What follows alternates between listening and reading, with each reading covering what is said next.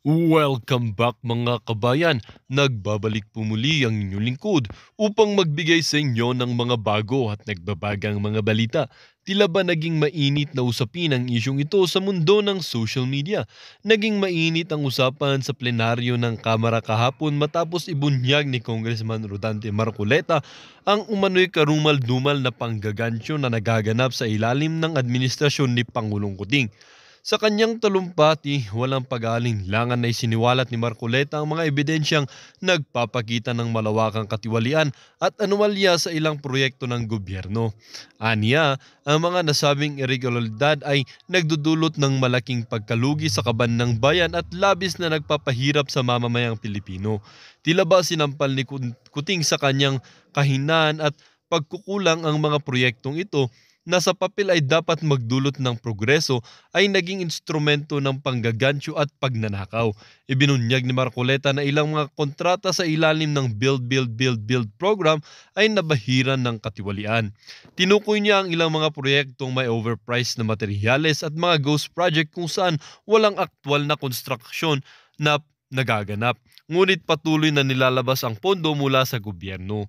Ang mga paratang na ito ay isang matinding dagok sa administrasyon ni Pangulong Kuting na nangangakong iaangat ang ekonomiya ng bansa at ibabalik ang tiwala ng publiko sa pamahalaan. Sinikap ni Pangulong Kuting na ipakita ang kanyang administrasyon bilang malinis at epektibo, ngunit ang mga bagong aligasyon na ito ay nagdudulot ng pangamba sa publiko at nagtatanong kung gaano kalalim ang ugat ng katiwalian sa kasalukuyang pamahalaan.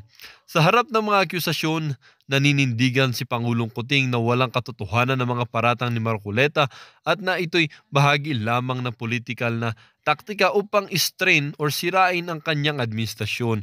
Hindi natin papayagan na masira ang tiwala ng publiko dahil sa mga kasinungalingan at pamumulitika. Gayunpaman, nananawagan ang ilang sektor ng lipunan para sa masusing investigasyon upang matukoy ang katotohanan sa likod ng mga aligasyon. Ang Senado at ilang mga independent watchdog ay nagpahayag ng kanilang kahandaang magsasagawa ng masusing pagsisiyasat upang linisin ang pangalan ng administrasyon o patotohanan ng mga paratang. Ang publiko ay nararapat lamang na malaman ang katotohanan. Ayon sa isang pahayag mula sa isang kilalang civic group, walang puwang ang katiwalian sa gobyerno at kailangan managot ng sinumang mapatunayang nagkasala kahit pa sino siya. Sa ngayon, patuloy ang pag-aalab ng isyu at inaasahang lalong titindi ang mga usapin habang papalapit ang midterm elections, ang susunod na mga hakbang ng pamahalaan at ang magiging resulta ng investigasyon ay magiging mahalaga sa paghubog ng kinabukasan ng politika at ekonomiya sa Pilipinas. Well, para nga sa buong impormasyon ay panoorin na lamang ang buong video. At kung bago ka pa lamang sa aking channel, huwag kakalimutang mag-subscribe, pindutin ang notification bell at piliin ang all upang lagi maging updated sa mga bago at nagbabagang mga balita. At sa mga solid viewers naman natin dyan, maraming salamat naman po sa patuloy na pagtangkilik sa ating channel. Ginagawa natin ay puro palliatives, halimbawa. Puro parang puro tapal-tapal lang ang mga ginagawa nating mga solusyon.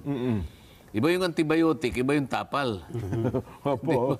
Kailangan natin talaga operasyon kong. Di ba? Umisa surgery nga eh. Dapat surgical lang eh. Pero kapag hindi mo tiningnan mabuti, kung saan ang pinanggagalingan ng ugat ng mga yan, patapal-tapal ka lang. Pa-band-aid ka. Baka ang inaabot ng solusyon mo, ganyan lang. Opo. Mas marami pang ino-occupy ang Vietnam, 22 features ang ino-occupy ng Vietnam. Hindi lang nadyadyaryo. Ang palagi nadyadyaryo yung China. Alam ba kung magsasalita ang China, bakit kami po ang kinatatakutan ninyo? Kami po 14 lang po ang aming nasasakupan. Ang Vietnam po, 22. Paano po nga? Bakit kayo po, takot na takot kayo sa amin? Tingnan lahat ang gamit mo na ginagamit mo sa bahay. Pati mga sinusuot mo sigurado. O lahat, pumunta ka sa palengke. Opo. Alin dyan ang mas marami? Hindi ba China? Ano kinatatakutan mo doon? So, hindi mo marireconcile ngayon. kundi ito pala ay targeted lamang. Yung mga indigent, yung mga recipient ng 4-piece, sila lang din pala ang makaka-access nitong murang bigas na tinataya. Baka abutin ng magkano, 29 pesos, ano? 29 pesos 29 pesos ang magiging per kilo kung ito po ay may tutupad na by July or by August, Kong. Kailangan lang dyan, magbantayan tayo dyan. Kasi baka mamaya, yung inimportang bigas na yan, ang makakakuha rin yung mga traders, hindi ba? Nako, yun na nga. Pagkatapos, hahaluan nila ng kung ano-anong bigas, sasabihin na naman nila, hindi naman ito yung inimport namin. Ano ito sinandoming ito, hindi naman ganito. Nako, Pagkatapos, ibebenta na naman nila doon sa halagang gusto nila. Yung commercial So, price imbes na, na mga makinabang, kung targeted halimbawa sa mga mahihirap, tama lang yun, pero bantayan nating mabuti. Ayun, oho. Siguro, mula pa dun sa importer, identified na kung sino yung importer. Opo. Pagkatapos kung sino yung magdidispense ng bigas na yan. Opo. Kung targeted, alam na nila kung kaninong lugar ilalagay yan. Para sa ganun, ma-influensyahan yung umiiral na presyo ng bigas para mapababa. Kasi talagang tumataas yan. Yan ang pinaka-tinatarget nila. Yung kinakailangan maibaba. Yung presyo ng bigas na ngayon ay umaabot na ng 60 pesos. Totoo. Tako, oho. Ang outlet ata ng Kadiwa, Nelson, ang may karapatang magbenta nito kung yung mga Kadiwa outlet lamang. Kaya nga, kailangan babantayan. Kung kadiwa lang, ilan ba naman ang kadiwa outlet? Kayang-kaya ba? Baka mamaya, sinasabi natin, sige, ang dapat na magbenta lang, kadiwa outlets. Opo. Ilan ba yung kadiwa outlets? Nasaan ba silang lahat? Oho. Sa bawat targeted bang lugar, meron. Opo. Kasi kung halimbawa wala naman yung mga yon, imbes na nakakatulong tayo, lalong bibigat ang problema natin. Pero di ba, Kong, ang talagang layunin nung pagtatatag ng rice tarification law, ang makukolekta niyan na mga taripa, di ba dapat napakikinabangan po ng mga magsasaka natin sa pamamagitan ng rice tarification law, yung RCEP, di ba? Yung RCEP nga, yan ay kukunin doon sa taripa. Yes po. Ngayon, kung ibababa mo yung taripa, halimbawa sa bigas, siyempre mababawasan yung RCEP. Opo. Na kung saan ay pinantutulong sa mga magsasaka naman yon. Kaya lang, sa kabilang dako, gusto rin namang ibaba yung presyo ng bigas. Okay. Sa pangkalahatang mamamayan, lalo na po yung nasa kahirapan. Kailangan talagang maabot nila yung presyo. Kasi kung sakali, papataas ng papataas yan, sila yung palaging nahihirapan dito. So yung balancing act na naman, alam mo, sa lahat ng gagawin natin, yung pagbabalanse ang talagang pinakamahirap Sana naman ay nabalanse nila na yung mawawala sa RCEP na pantulong sa magsasaka, kahit papano naman sana ay naisalin naman natin na pantulong sa sektor na kinakailangan silang maka-access ng murang bigas. Yun lang naman ang punto dyan. Well, doon sa, ayaw ko nung, iniisip ko mabuti, kasi sa paliwanag po ni Secretary Balisacan, Kong, kapag kabababa daw po ang presyo ng bigas para sa mga mahirap, ito daw po yung magpapabagal ng inflation, Kong. Paano paliwanag kaya ibig sabihin? Paano magpapabagal ng inflation yun? Kasi elevated ang inflation ngayon Nanggagaling kasi yung banner inflation sa dalawang bagay. Ito yung commodities at saka itong presyo ng langis. Okay, opo. Kaya ito yung mahirap bakahin Ito yung mahirap labanan. Kung halimbawa yung isang inflation, yung pinag-uusapan natin, nandun lahat naman yung lahat ng mga produkto. Opo. Hindi yun ang mahirap. Ang mahirap itong banner. Ito kasi nga ang pinagmumulan, presyo ng pagkain tsaka yung presyo ng langis. Ayun pala yung So banner pagka bumaba yung presyo ng bigas, Opo. nasa panig ng banner yan O ibabagal siya talaga, bababa siya ng konti. Kasi ngayon elevated na elevated. Ayun, kaya pala sabi ni Ginoong Mapa ng PSA, parang mga 2.3 ang magiging inflation natin by May 2023. Ayun po. Ito pala ko nga. Yung banner yun. Yes po, banner inflation. Yung core inflation, ito yung parang general, yung kabuuan. Lahat na ng mga produkto nandun na. Okay. Pero yung banner, i-isolate mo yun kasi yan ang talagang tinitingnan mabuti. Kasi yun pinaka-volatile Opo. Kasi presyo ng pagkain yan eh. Okay. Yung presyo pa naman ng pagkain, na-influensya pa nung presyo ng krudo. Opo. Di ba? Kapag sumaltik yung presyo ng krudo, iba yung iba yung epekto nito. Lahat tinatamaan eh. Kaya pala ang sabi niya, kung bababa ang presyo ng bigas, sapagkat yan ang staple food, posible talaga, yun palang explanation doon, posible talaga palang babagal ang inflation, Kong. Oo. Lalong-lalo na doon sa banner. Ito kasi yung pinakamahirap. Yung pagkain, opo. Yung isa kasi, yung core inflation, madali yung nila yun eh. Opo. Madali nilang ipihit yun. Pero itong banner, ito talaga yung problema. So, petrolyo po yun sa pagkain. Pagkain, Banner. oo. Ito pala ko doon sa part po nung binabanggit natin na sa report po ng House Committee on Agriculture na ang sinasabi, hindi naman doon po maapektuhan ng mas mababang taripa sa imported na bigas, yung suportang ibinibigay ng gobyerno sa mga magsasaka ng bigas. Kahit daw po itaas umano ng 15 billion, ang kasalukuyan pong 10 billion na halaga ng tulong na binibigay po sa magsasaka gaya po ng nais ng panukalang pagbabago ng rice tarification law ay sasapat pa rin daw po ang buwis na nakokolekta. Yun ho pala ang paliwanag ni Congressman Mark Enverga, na chairman po ng komite. Kada taon daw po, mga kababayan, ay nagtatabi tayo ng 10 bilyong piso mula po sa nakokolektang taripa mula po sa imported na bigas para po sa rice fund. Ginagamit daw po ito sa mechanization, mas magandang kalidad ng binhi at pagkasanay daw po ng makabagong farming technologies at magtatapos na ngayong taon ang implementasyon daw po. Ngunit, 6 na taon lang kasi yan. 6 years lang ho pala. Pero plano daw po nila, Kong, palawigin daw po ito hanggang 2030. Ayun, at batay daw po sa datos ng Bureau of Customs, maabot na raw po sa 21 billion pesos ang nakukolektang taripa sa unang 5 buwan ng 2024. Aba, ngayon pa lamang pala po, Kong, mga kababayan, first 5 months ng 2024, nakaka-21 billion na tayo. Higit na raw po ito sa ipinapanukalang halaga para daw po sa rice fund. At kabilang daw po, sa mga nabanggit na ito, ay ang pakikipagpulong ng mga mamabatas kay Speaker Martin Romualdez sa mga kinatawan ng ahensya ng pamahalaan at malaking supermarket upang siguraduhin maramdaman daw po ng publiko ang benepisyong tapyas ng taripa sa 15% mula po sa dating 35%, Kong. Yun pala. Harinawa din, di ba? Well, ang sabi nyo nga, bantayan natin, Kong. Bantayan talaga yan. Kasi alam mo nang gawin mo, yung mga ibang kababayan natin na wala nang iniisip kundi yung pansarili lang. Opo. Dumiskarte ulit tayo. Puro diskarte yan eh. Oo nga naman. Ganitong gawin natin para sa ganun, tayo na yung mag-market noon.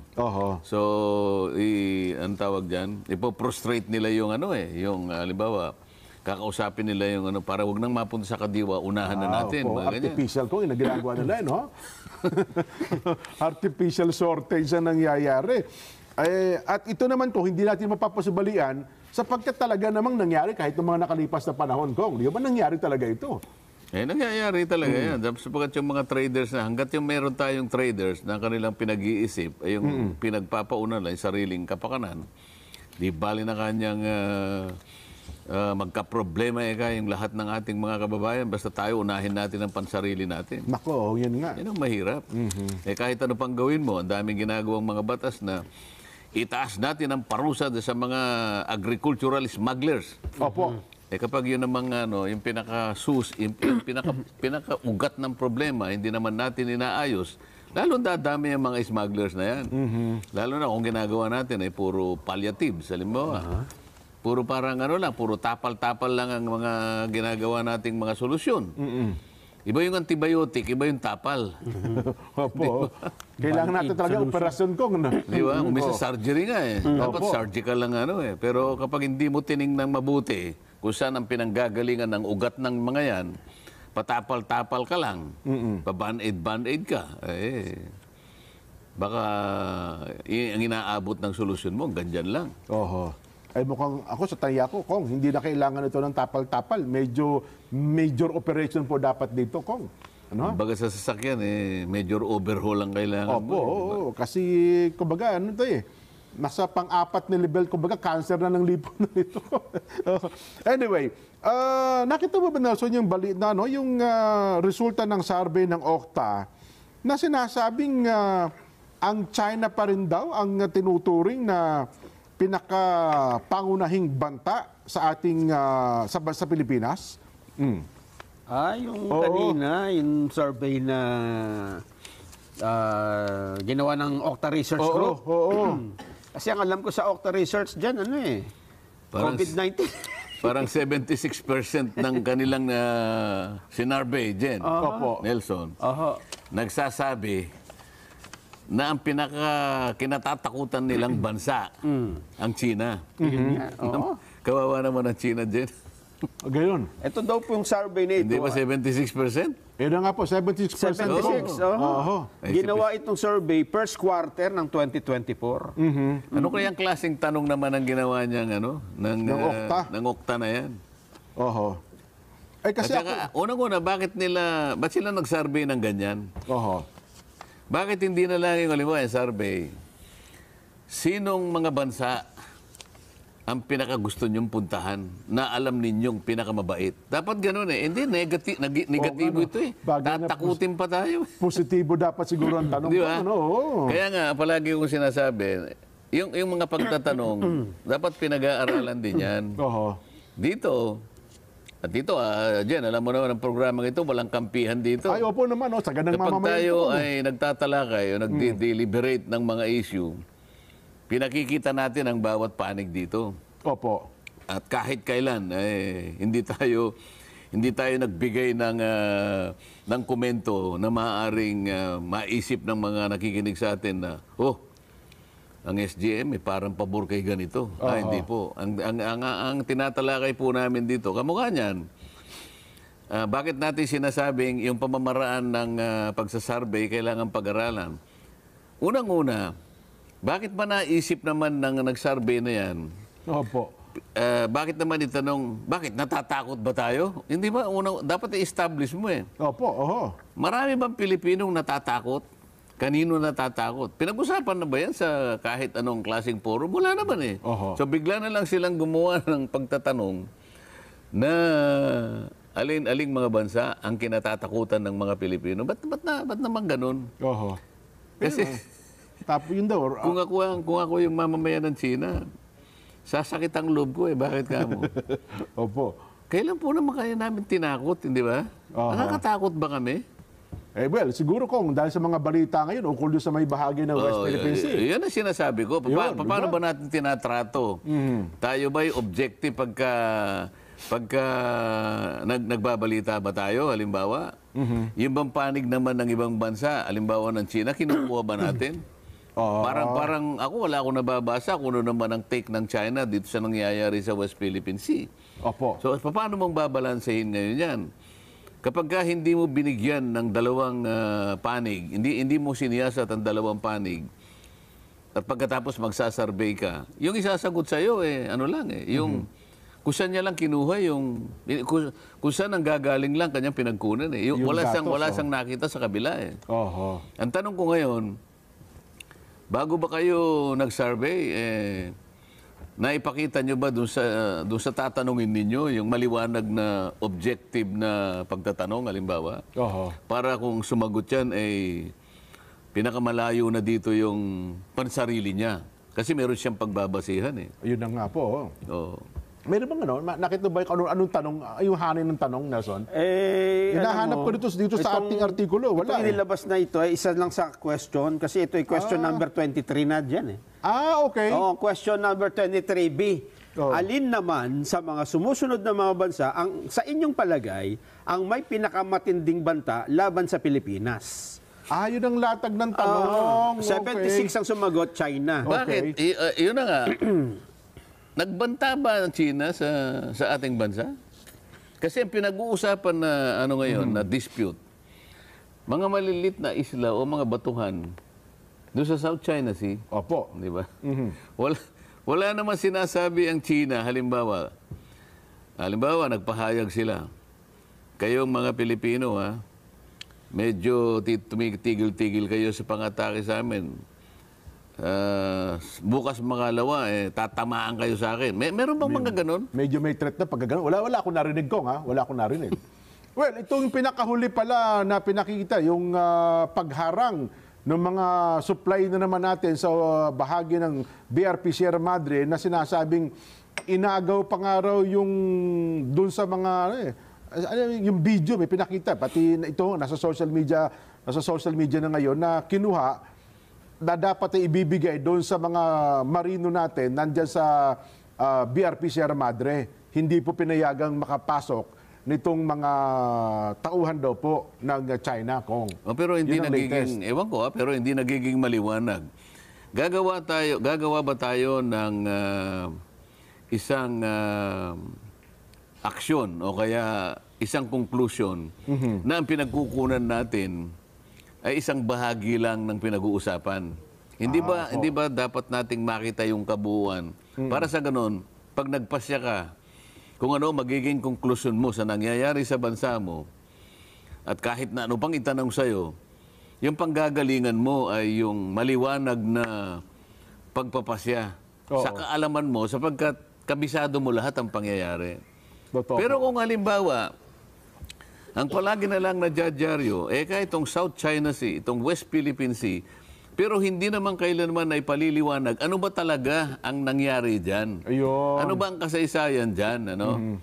Kaso pagka maglalabas lang sila ng impormasyon, merong maghahatid lamang ng pagkain dun sa Ayungin Shoal. Hanggang ganun lang. Opo. Maliban doon, hindi natin alam kung anong dynamics na nangyayari.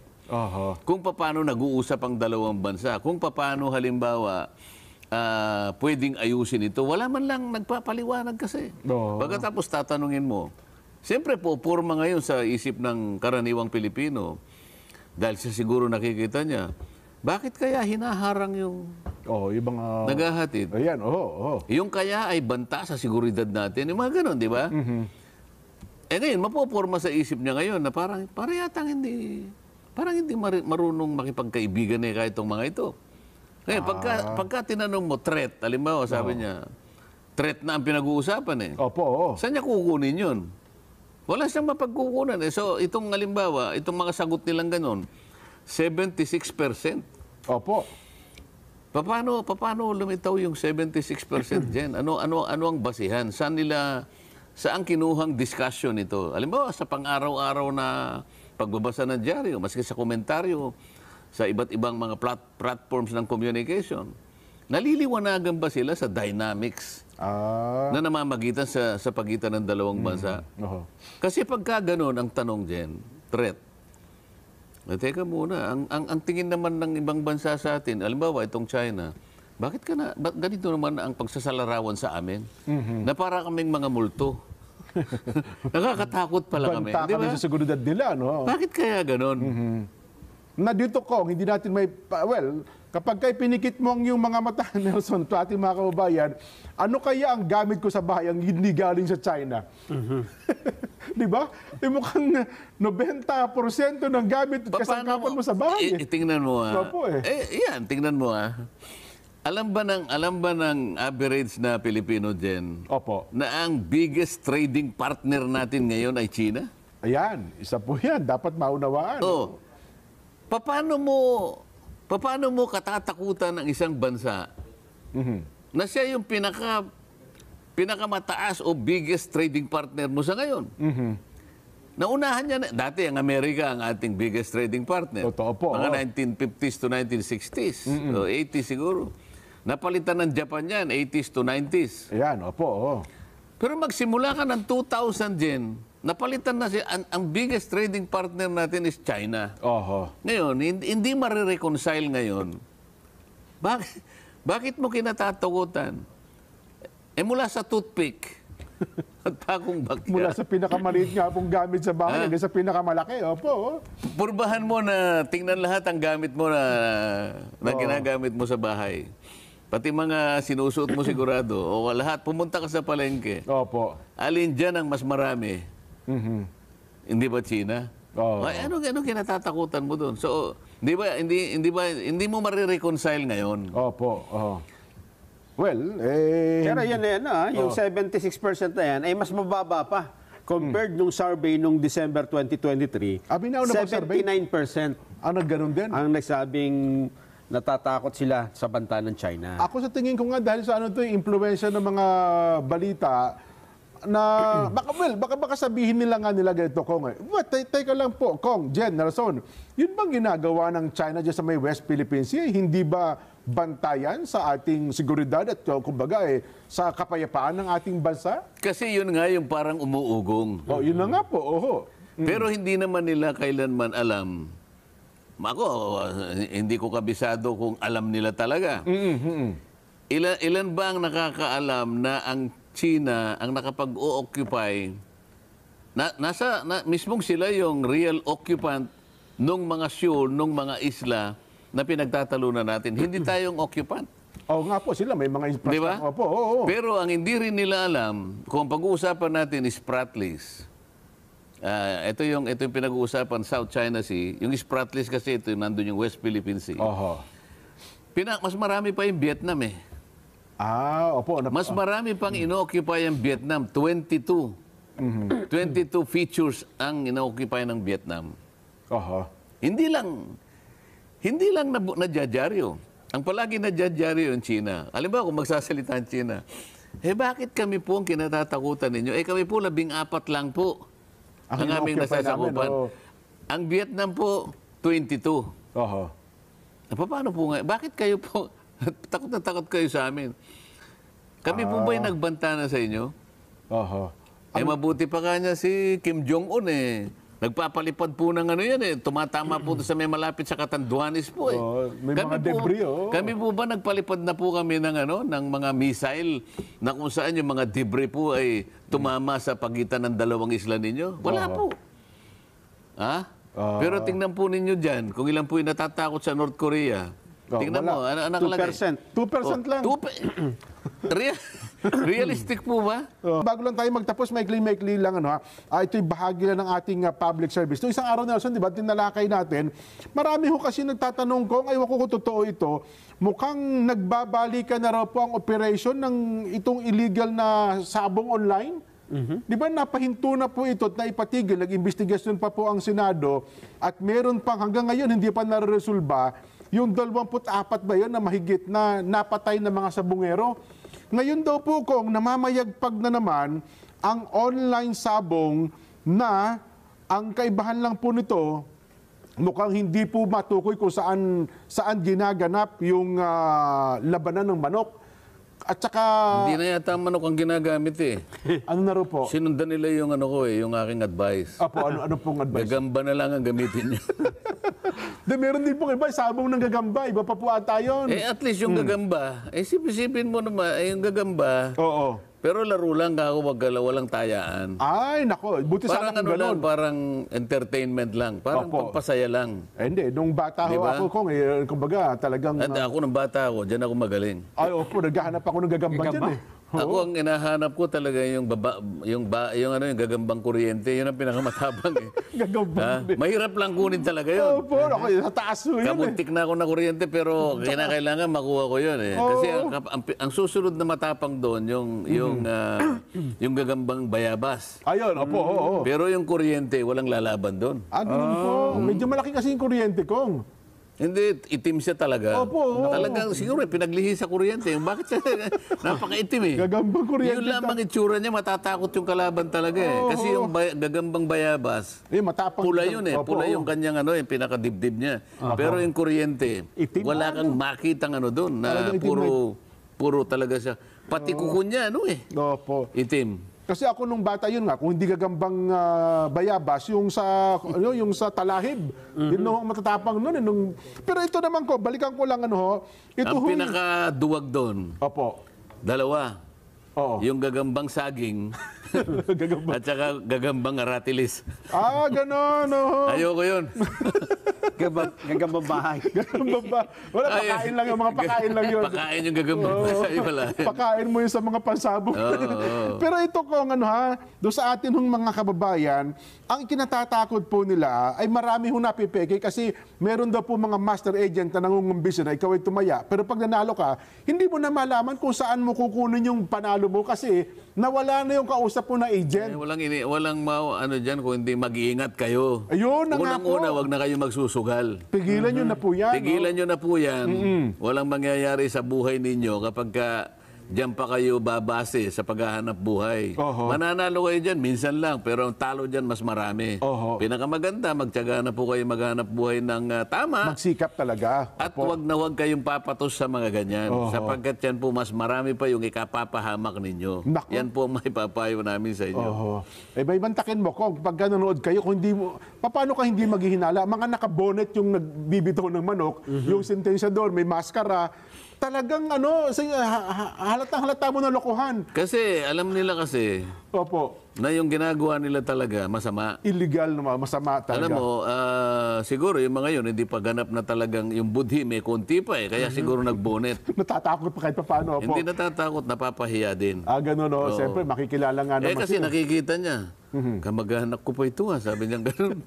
Nagbonet na siya para Opo. sigurado. Pero kung mapapansin mo, umaabot na naman daw po ng milyon ang tayaan ko umaabot na naman daw po ng milyon at ang operation nila 24/7. Gagawa't gagawa yan sapagkat malaki ang kinikita dyan. Yun na nga po. Yan na nga, bantayan talaga. No? Kaya po kayo pong mga nasa ahensya po ng pamahalaan na may kinalaman sa pagbabantay ng lahat niyan. Oo. Kailangan po maging totohanan po kayo para sa ganon. Yung, kung sakaling babalik yung mga yan, nakahanda po sana kayong sawatain sila. Hindi rin po mahuli kong kasi meron pala itong parang 50 lugar na ginagawa ng labanan sa isang farm. Na kapag pinasok mo yung farm, sabihin sa pulis, private property po ito eh. Kayong pala, nandun sa loob. At ang tao lang, parang 5 hanggang 10. Hindi mo alam na doon pala ginaganap yung labanan ng labanan ng mga manok. Kung ako naman yung kung ako naman yung Police. operative, Opo. palagi na akong may nakabulsang search warrant. Oo. Naka-blanco yun, susulatan ko na lang Pwede yung ba yung address. ganon? Blanco na siya. Kinakailangan marunong ka din gumawa, kontrahin mo rin yan. Nakabulsa. Pag nahalata ko, nandiyan kayo. Kasi yung judge, siyempre. Sabi, ano bang address niyan? Ito po yung address. Tsaka mo lang yung i-apply na totoo. Meron akong warrant. Pag nandun ka na, tsaka mo lang Anong i-apply. gagawin mo sa mga ganyan kung hindi? Kailangan one nga. step ka rin. Wala kang mahuhuli kung Nako. Mas matalino ka. pahuli-huli ka dyan. Maano ka dyan. Natutulog ka sa pansitan. Wala mangyayari sa buhay mo. Mr. Banks daw ng Bulacan Kong at saka Mr. Burns ng Abra ang nag-ooperate, mga big time. Anong pangalan? Mr. Banks ng Batangas at Mr. Burns ng Abra. Batangas at saka Abra. Abra, nag-ooperate malalaki. Anyway, bayaan niyo po, magpapalo pa tayo dyan. Ito'y challenge sa mga pulis. Opo. Kahit si Mr. T pa yan. Hindi kasi siguro, yun nga, laging China ang nasa balita eh. Totoo. At kontrabida sa Pilipinas. Oho. Yung Russia, 15%. Second place eh. Ang Russia ba, 15 ba o 9% lang? 9%. 9% lang, oo. Hindi, dati 15% na 15% bumaba ng dati. 9. Oho. Ito, tinan mo ha, North Korea sumunod, Pakistan, Japan, Oo. at Saudi Arabia kasama pa. Kaya sa tingin ko dito, Jen, siguro, wala na lang kasing maisagot yung ba't tinatanong ka, di ba? Kung sino sinarbe, Wala naman kasing, wala akong pipiliin, walang ganun eh. Oho. Siguro, pagka tinanong ka, obligado ka sumagot, kaya yan, mataas. Ayun. Kasi nga naman, yung latag ng tanong. Ha? Ay, nako. Anyway, bakit tanongin din natin sa ating mga kabayan, Nelson, itong bagay na ito? Kasi ito, mas maganda yung tanong natin, naunawaan nila kung paano yung sitwasyon. Ayun na nga, Doon sa sitwasyong ito, masasabi mo nga bang threat niya kung hinihikayat pa nga natin sila magpasok ng negosyo sa Pilipinas eh. Kung yan ay tinuturing natin banta, dapat huwag na natin payagang. Ang problema, lahat na ata yung 10 pangunahing mayayamang Pilipino sa Pilipinas, puro Chinese. Kung hindi man Chinese, may Chinese blood eh. Hindi lamang yun. Kung titingnan mo, napakarami po nating manggagawang migrant workers sa Hong Kong at saka sa Macau. Isa pa po Meski sa yan. mainland China, nandyan po. Pati Nandyan po. Taiwan, di ba? Kung ang survey po ay ginanap sa Hong Kong, Delikado. palagay niyo po sasagot ng ganyan yung ating OFWs? Oho. Malamang ang isasagot nila dyan, Amerika yung natatakutan. Hindi ba? Baka mawala yung... Naku. Well, tignan natin kung tama ba sa ating mga kababayan na ituring nating banta ang bansang China sa Pilipinas? Kong, siguro ganun po ang aking naisip na tanong. Oh. Hindi kasi, ang nangyari, nag-survey sila. Opo. Di ba? So, palagay niyo po ba may batayan itong ano? Well, dito nga nagtatapos ang bidyong ito. Kayo naman po ang aking tatanungin mga kabayan. Ano naman po ang inyong mga reaksyon sa balitang ito? Ang ating comment section ay bukas para sa inyong mga samot-saming reaksyon at komento. Lagi niyo pong tatandaan na bilang isang mamamayan ng bansang Pilipinas at bilang isang butante at bilang isang matapat na mamamayan na nagbabayad ng buwis dito sa bansang ito ay kailangan din natin magsalita at mag-react. Huwag kakalimutan, do not let your thoughts left unspoken. As citizen of this country, your thoughts matters. Muli po, kung bago ka pa lamang sa aking channel, huwag kakalimutang mag-subscribe at pindutin ang notification bell upang laging maging updated sa mga bago at nagbabagang mga balita. Huwag din kakalimutang mag-iwan ng like at i-share ang bidyong ito upang ang inyong pamilya, kaibigan at kakilala ay maging aware din sila sa kung anong nangyayari sa ating pinakamamahal na bansang Pilipinas.